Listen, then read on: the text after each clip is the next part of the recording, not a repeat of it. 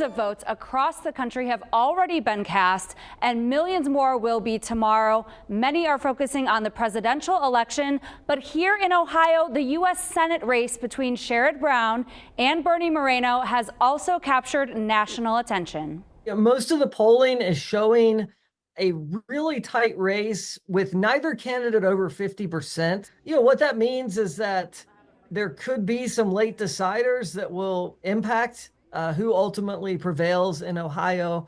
I spoke with political expert Dr. Lee Hanna from Wright State University about why this race has gained so much interest. If Brown were to lose, that really improves the chances that the Republicans are going to take over the Senate. This is one of two races that everyone kind of has their eye on as potential flips for the Republican Party.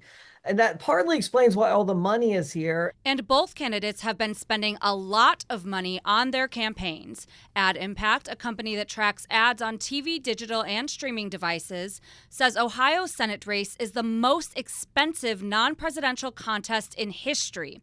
More than $450 million has been spent so far combined. Besides looking at the financial side, I asked Dr. Hanna how each candidate is approaching getting their message across to voters. Dr. Hanna says Moreno is less familiar to voters because he hasn't held office, which could be why he's doing things differently than Brown.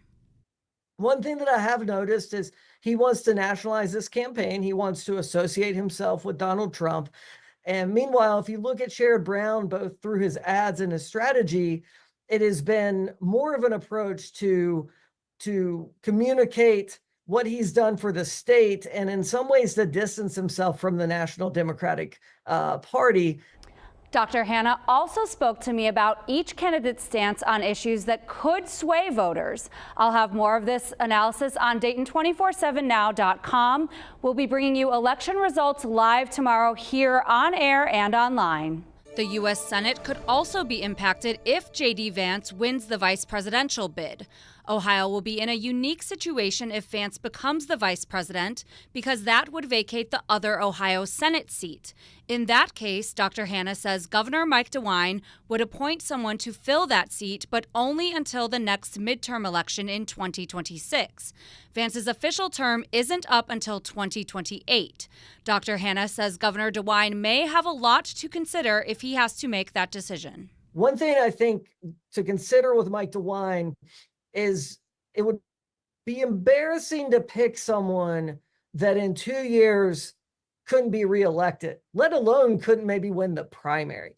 So I think for those reasons, he's probably going to pick someone that he feels like is a pretty good candidate that appeals across maybe the more conservative parts of the party as well as the less conservative parts of the party. Dr. Hanna adds if this scenario happens, Donald Trump and J.D. Vance might also influence who should fill that seat.